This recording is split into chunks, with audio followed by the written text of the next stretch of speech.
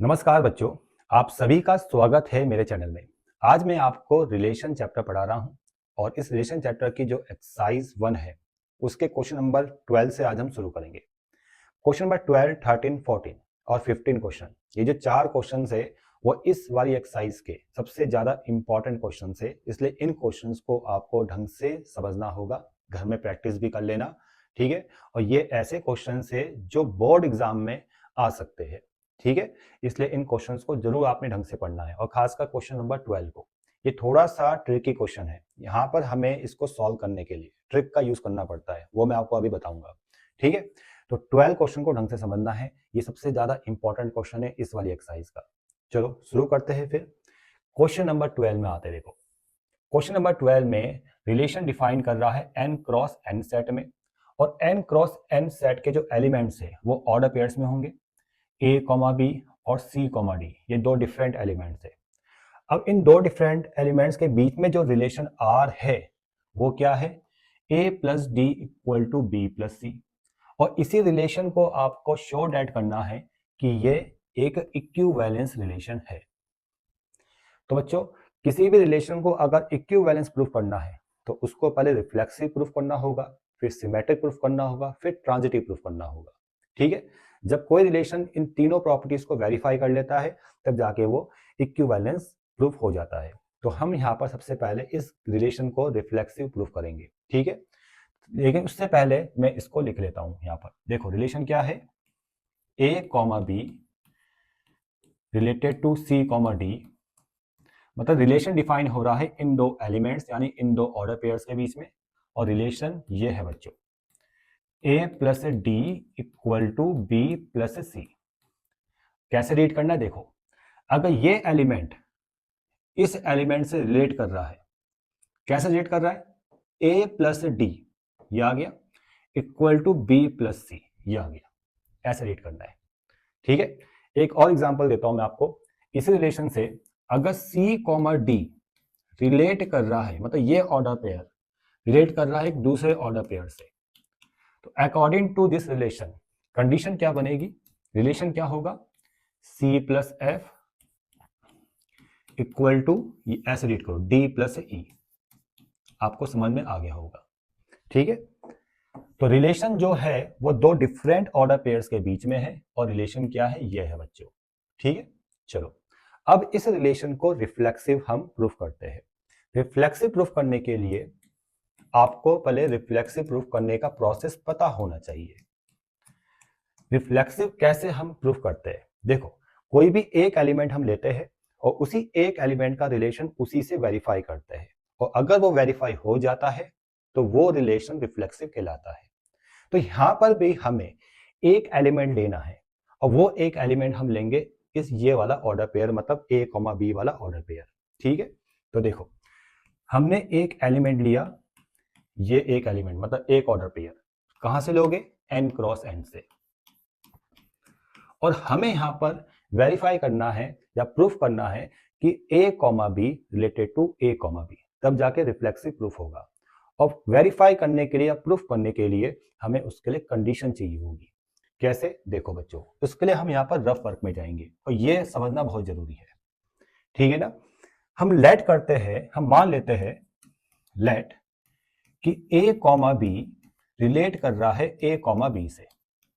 बच्चों ये rough work है, ठीक है, इसी से आपको कंडीशन मिलेगी। तो हम मान लेते हैं कि a, b रिलेट कर रहा है a, b से। तो अकॉर्डिंग टू दिस रिलेशन ठीक है, अकॉर्डिंग टू दिस रिलेशन जो कंडीशन मिलेगी आपको, a plus B equal to B plus A, ठीक है बच्चों। मतलब अगर ये कंडीशन मुझे मिल जाती है तो मैं सीधा बोल सकता हूं कि a, b related to a, b। तो मैं इस कंडीशन को सीधा यहां लिख लेता हूं। कैसे, देखो a plus B equal to B plus A. अब a plus B equal to B plus A, ये आपको पता होगा कि a प्लस बी और b प्लस ए दोनों इक्वल हमेशा होंगे, क्योंकि a, b दोनों नेचुरल नंबर्स है, और a, b अगर नेचुरल नंबर्स है तो a plus B equal to B plus A, ये होगा ही होगा। By commutative law, by commutative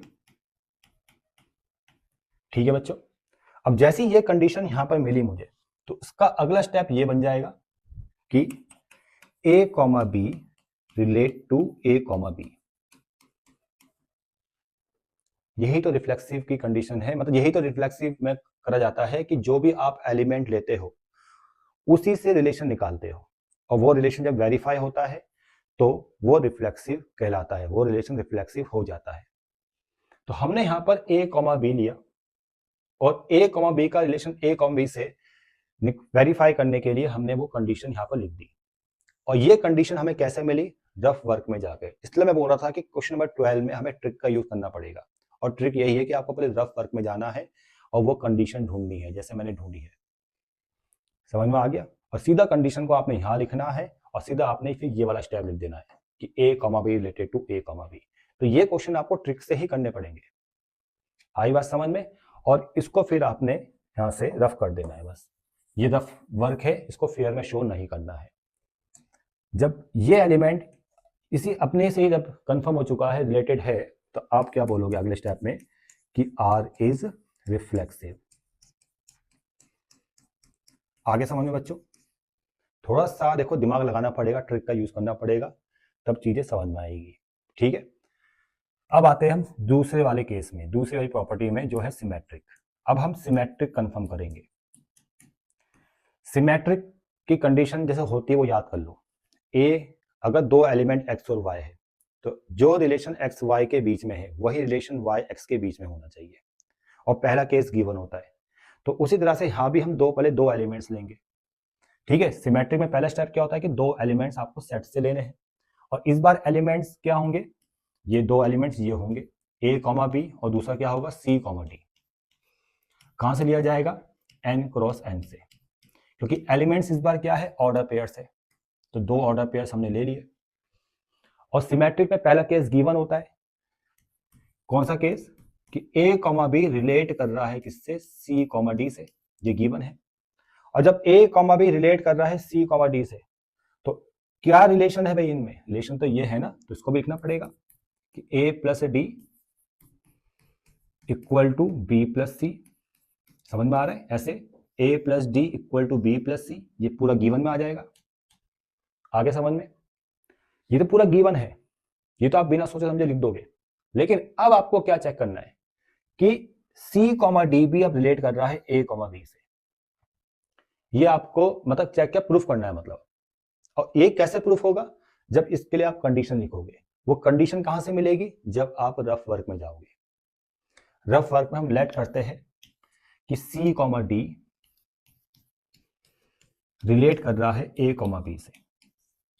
तो अकॉर्डिंग टू दिस रिलेशन क्या मिलेगा आपको? a plus C plus B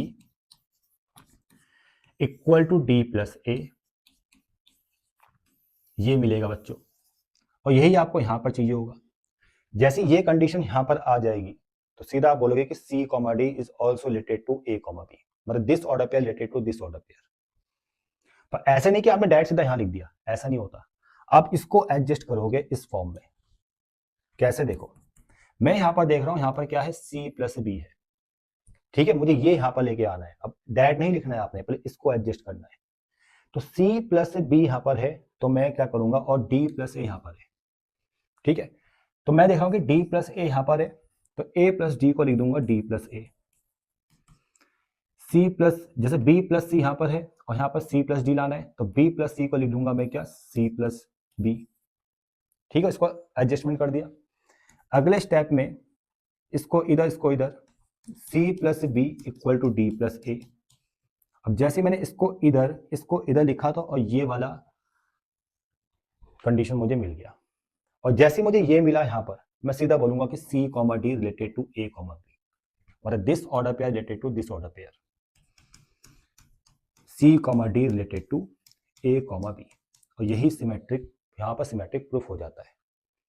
ठीक है, जो डिफरेंट ऑर्डर पेयर्स आपने लिए थे, ठीक है ना, सिमेट्रिक में, सिमेट्रिक के लिए, और पहला ऑर्डर पेयर का रिलेशन दूसरे ऑर्डर पेयर से था। ठीक है, अब आपको ये प्रूफ करना था कि अब वही रिलेशन दूसरा ऑर्डर पेयर का पहले ऑर्डर पेयर से है। वो हम यहां पर प्रूफ कर चुके हैं इस वाली कंडीशन से। समझ में आ गया? ठीक है, ये थोड़ा रफ वर्क का यूज आपको करना पड़ेगा। ठीक है, इस रफ वर्क का यूज करना पड़ेगा तभी चीजें समझ में आएगी, वरना नहीं आएगी समझ में। ये था आपका सिमेट्रिक के लिए। ठीक है, समझ में आ रहा होगा आप लोगों को। ठीक है, तो यहां पर आप क्या लिखोगे, आर इज सिमेट्रिक।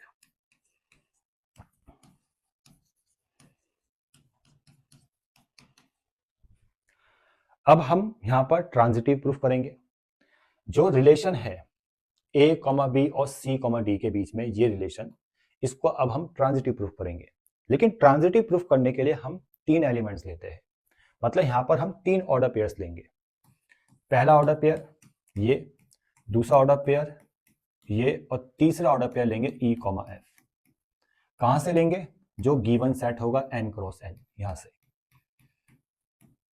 और ट्रांजिटिव में क्या होता है कि पहले जो 2 एलिमेंट्स होते हैं उनके बीच में जो रिलेशन होगा वो गिवन होता है। दूसरे और तीसरे एलिमेंट के बीच में जो रिलेशन होता है वो भी गिवन होता है। हम चेक करते हैं क्या, पहले से तीसरे में रिलेशन। अगर पहले से तीसरे के बीच में वही रिलेशन वेरीफाई हो जाता है तो ट्रांजिटिव होता है, अगर नहीं होता है तो ट्रांजिटिव नहीं होता है। और यहाँ तो ऐसे भी प्रूफ करना है ना, तो यहाँ तो आपको प्रूफ करना, यहाँ तो कंफर्म करना पड़ेगा कि पहले का तीसरे से रिलेशन है। कौन सा रिलेशन, ये वाला। जो रिलेशन पहले का दूसरे से है वही रिलेशन दूसरे का तीसरे से होना चाहिए, और वही रिलेशन पहले का तीसरे से होना चाहिए, तब जाके ट्रांजिटिव होगा। ठीक है, और यहाँ तो प्रूफ करना है ना, तो यहाँ तो होना ही चाहिए। तो देखो स्टेप क्या बनेंगे। पहला स्टेप तो 3 एलिमेंट्स लिए, यानी 3 डिफरेंट ऑर्डर पेयर्स लिए आपने। मैंने क्या बोला कि पहले 2 ऑर्डर पेयर्स के बीच में रिलेशन जो होगा वो कंडीशन गिवन होगी। ठीक है, मतलब पहला ऑर्डर पेयर दूसरे से रिलेशन रिलेट कर रहा है, ये गिवन है। यानी ए कॉमा बी रिलेट कर रहा है सी कॉमा डी से। ठीक है, जब A comma B C comma D से रिलेट कर रहा है तो क्या कंडीशन देगा, यही तो रिलेशन होगा बच्चों। अगले स्टेप में क्या आएगा, A plus D equal to B plus C. Equation 1 आ गया। ठीक है, अब दूसरा ऑर्डर पेयर तीसरे ऑर्डर पेयर से रिलेट कर रहा है, ये भी गिवन है। C comma D relate to E comma F. क्या मिलेगा आउटपुट, रिलेशन क्या है इन 2 ऑर्डर पेयर्स के बीच में, according to this C plus F equal to D plus E. ये इक्वेशन 2, ये दोनों स्टेप्स गिवन थे।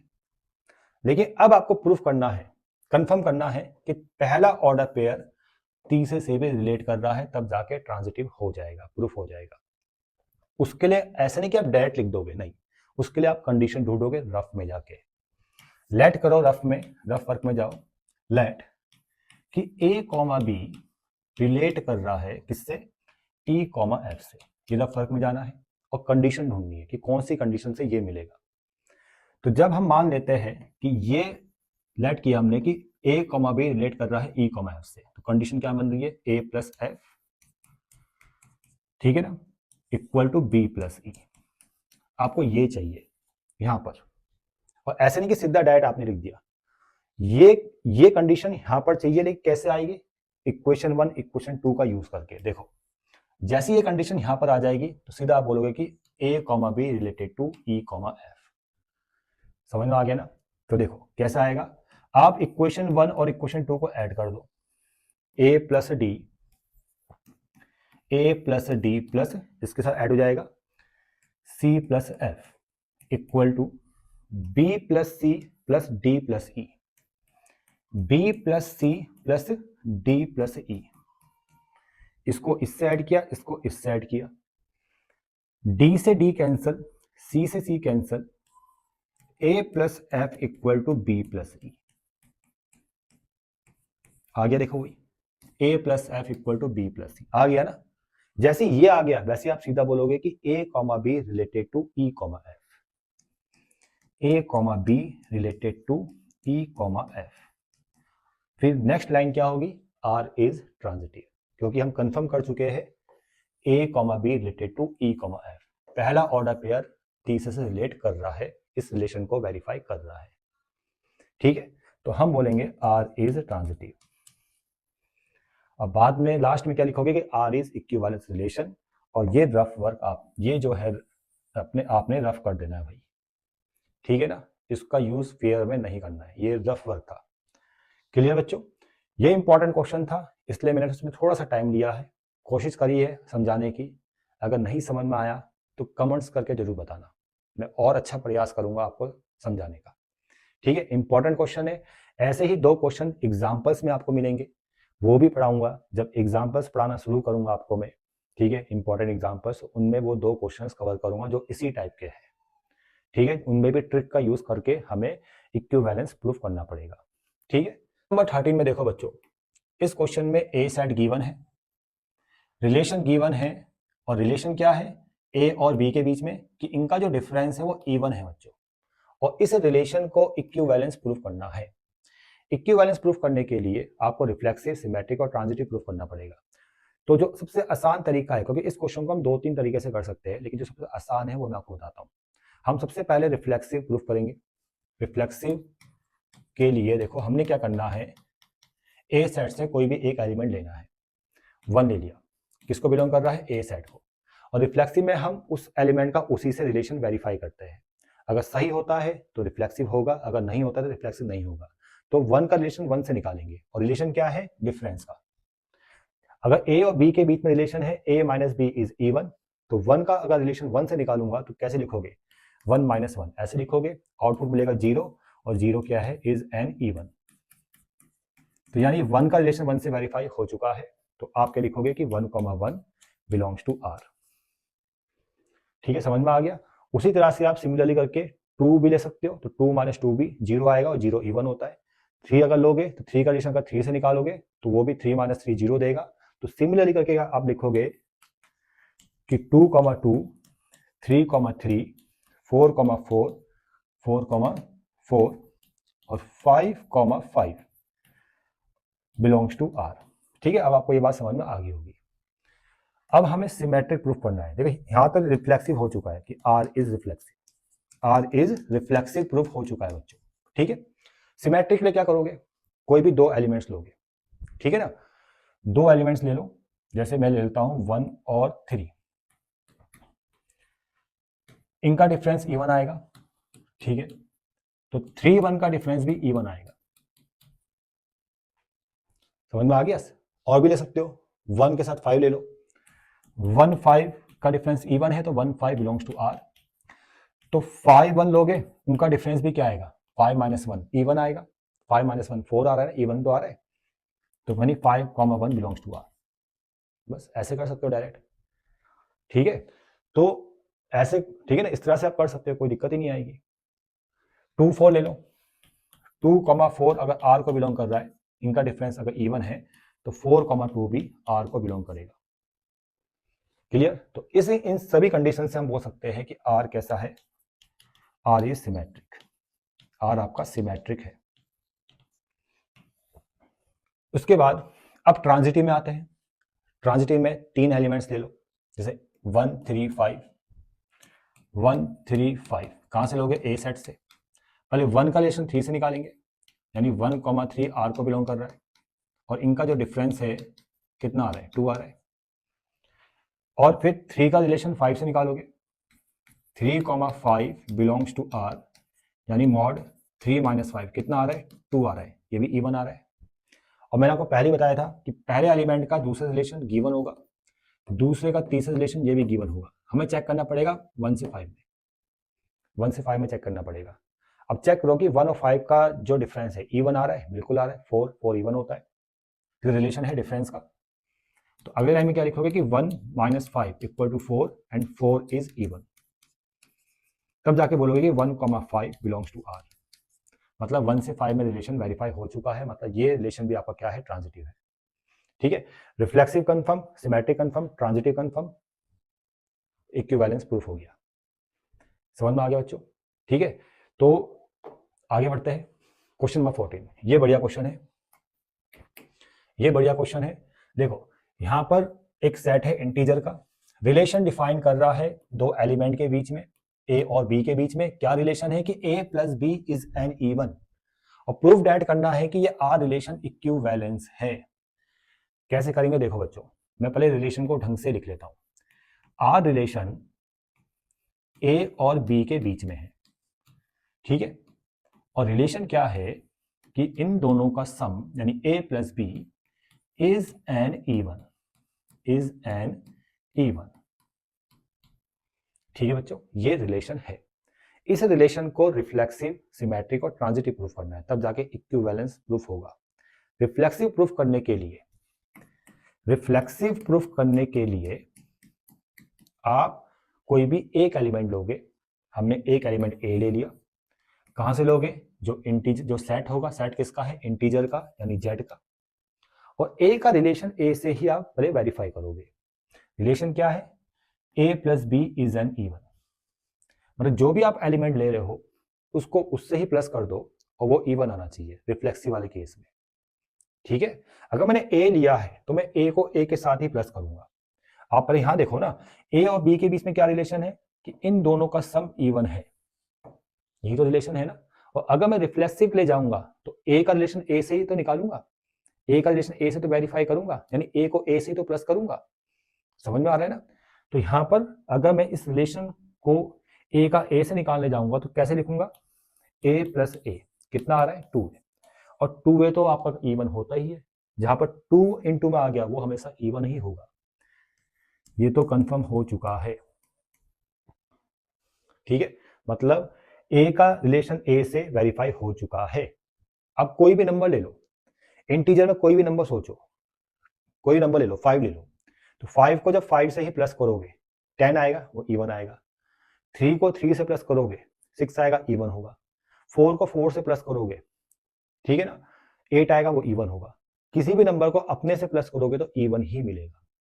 तो यहां पर a इंटीजर है और उसको हमने a से ही प्लस किया तो हमें जो मिलेगा वो इवन ही होगा।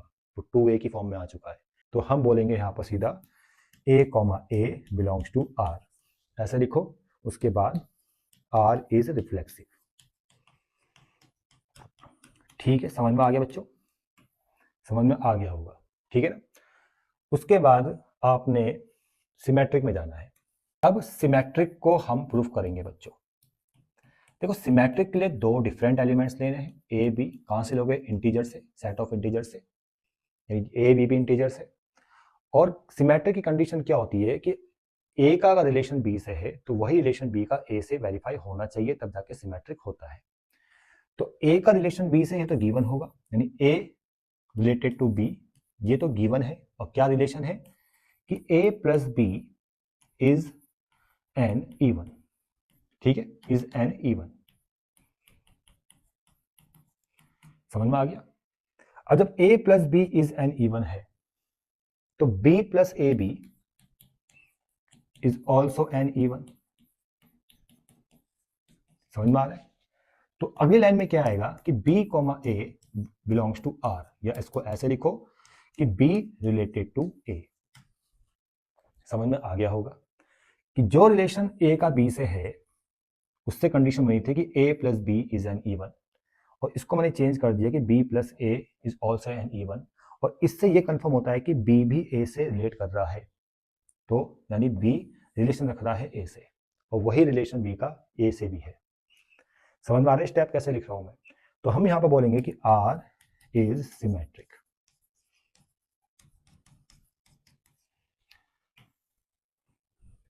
अब देखो तीसरा, ट्रांजिटिव। ट्रांजिटिव के लिए 3 elements a b c belongs to z। z से 3 इंटीजर यानी 3 एलिमेंट्स आपने लिए। और ट्रांजिटिव में पहले 2 केसेस गिवन होते हैं, मतलब a का रिलेशन b से गिवन होगा, यानी a रिलेट टू b। और कंडीशन क्या है? जब a b से रिलेट कर रहा है तो a plus b is an even, मतलब उनका सम इवन होगा। इसको मैं ऐसे लिख लेता हूं, 2m equal to 2m। 2m एक इवन है, ठीक है, और इसको मानेंगे इक्वेशन 1। और दूसरा जो कंडीशन है इसमें, दूसरा जो पार्ट होता है b का रिलेशन c से, वो भी गिवन होता है, ठीक है, वो भी सब गिवन होगा, यानी b रिलेटेड टू c, यानी b plus c is also even. इसको हम 2n मान लेते हैं, इक्वेशन सेकेंड। मतलब कहने का मतलब ये है कि a b से रिलेट कर रहा है, ये गिवन है, जिससे हमें ये कंडीशन मिल चुकी है।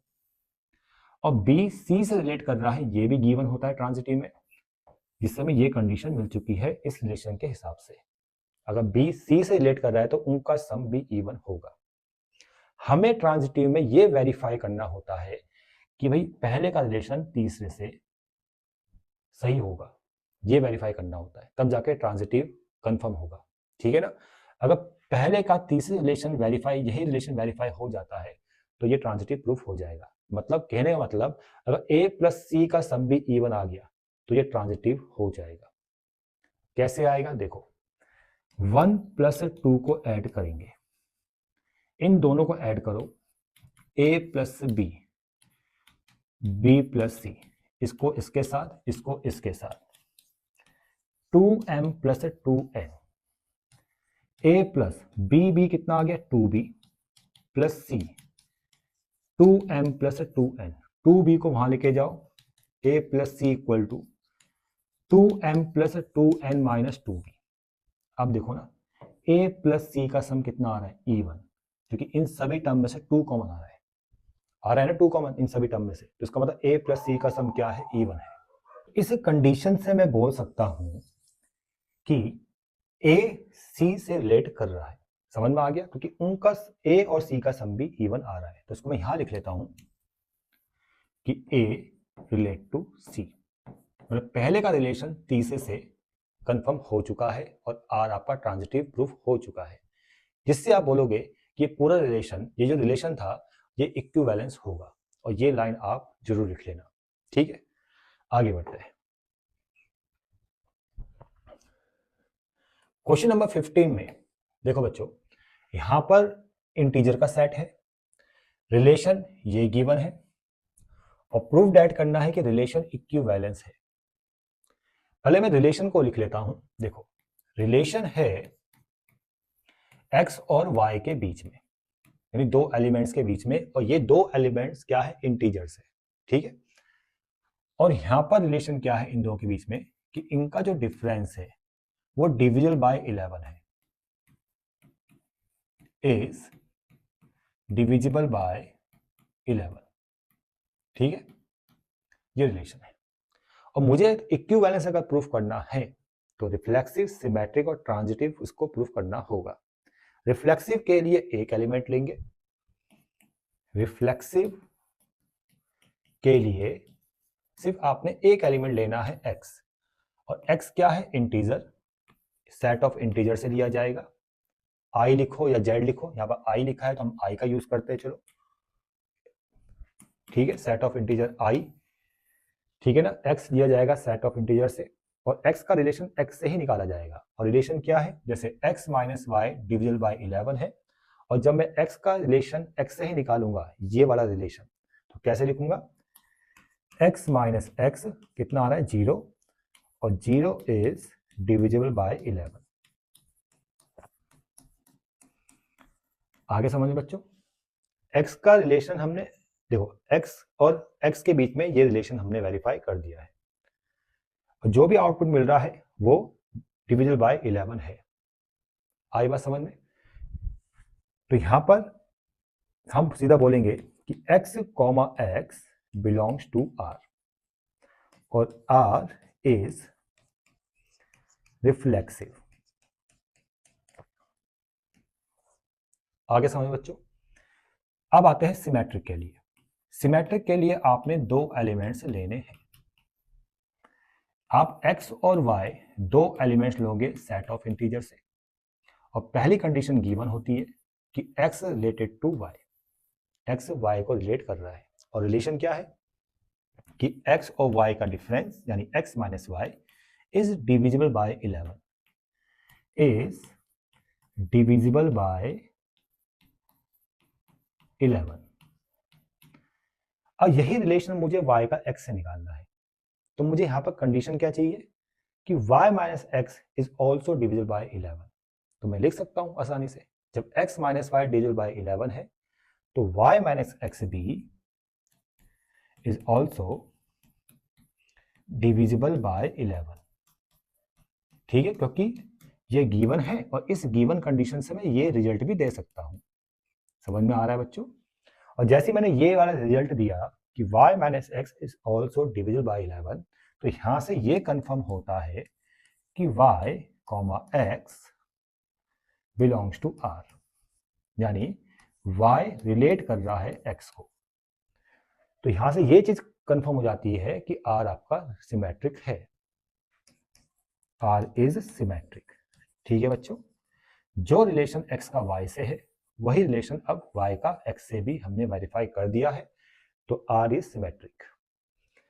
ट्रांजिटिव के लिए आपने 3 एलिमेंट्स लेने हैं। ट्रांजिटिव के लिए 3 एलिमेंट्स x, y, z यानी 3 इंटीजर्स लेने हैं सेट ऑफ इंटीजर से। पहले 2 केसेस गिवन होते हैं, मैं कई बार आपको बता चुका हूं। मतलब x का रिलेशन y से गिवन होगा, यानी x रिलेट करेगा y को, और यहां से आपको आउटपुट क्या मिलेगा कि x minus y is divisible by 11, यानी 11m, ऐसा लिख सकते हो। ठीक है, ये इक्वेशन 1। और दूसरा जो कंडीशन है y रिलेटेड टू z, ये भी गिवन होता है। y रिलेटेड टू z, यानी y अगर रिलेट कर रहा है z से, और रिलेशन क्या है ये, तो यानी इंक्स y और z का डिफरेंस ये भी क्या होगा, 11 का डिविजल होगा, यानी 11n के इक्वल होगा। ठीक है, और हमें कंफर्म करना है कि यही रिलेशन अब x का z से भी है। जैसे मैं कंफर्म कर दूंगा कि यही रिलेशन अब x का z से भी है, तो ये ट्रांजिटिव प्रूफ हो जाएगा। और उसके लिए मुझे क्या चाहिए कि x और z का डिफरेंस भी 11 का डिविजल होना चाहिए।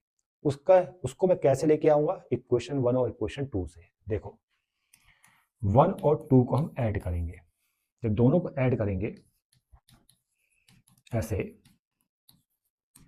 11m प्लस 11n, y से y कैंसिल और x minus z 11 common, m plus n, और ये रिजल्ट जो मिला है ये x और z के बीच में है, और x z का जो डिफरेंस है वो 11 का मल्टीपल या 11 का डिविजल है। तो यहाँ से कंफर्म होता है कि x माइनस z भी 11 का डिविजल है, और यहाँ से ये भी कंफर्म होता है कि x z से रिलेट कर रहा है। ठीक है, इसको मैं यहाँ लिख लेता हूँ, x रिलेट टू z, और जैसे x z से रिलेट कंफर्म हुआ तो r आपका ट्रांजिटिव कंफर्म हो गया, और जैसे r ट्रांजिटिव प्रूफ हो चुका है तो हम बोलेंगे कि अब ये इक्विवेलेंस रिलेशन भी है, क्योंकि r रिफ्लेक्सिव है, सिमेट्रिक है, ट्रांजिटिव है, तो r आपका इक्विवेलेंस रिलेशन है। ठीक है बच्चों, एक्सरसाइज कंप्लीट। अब मिलते हैं नेक्स्ट वीडियो में। कमेंट जरूर करना वीडियो कैसा लगा।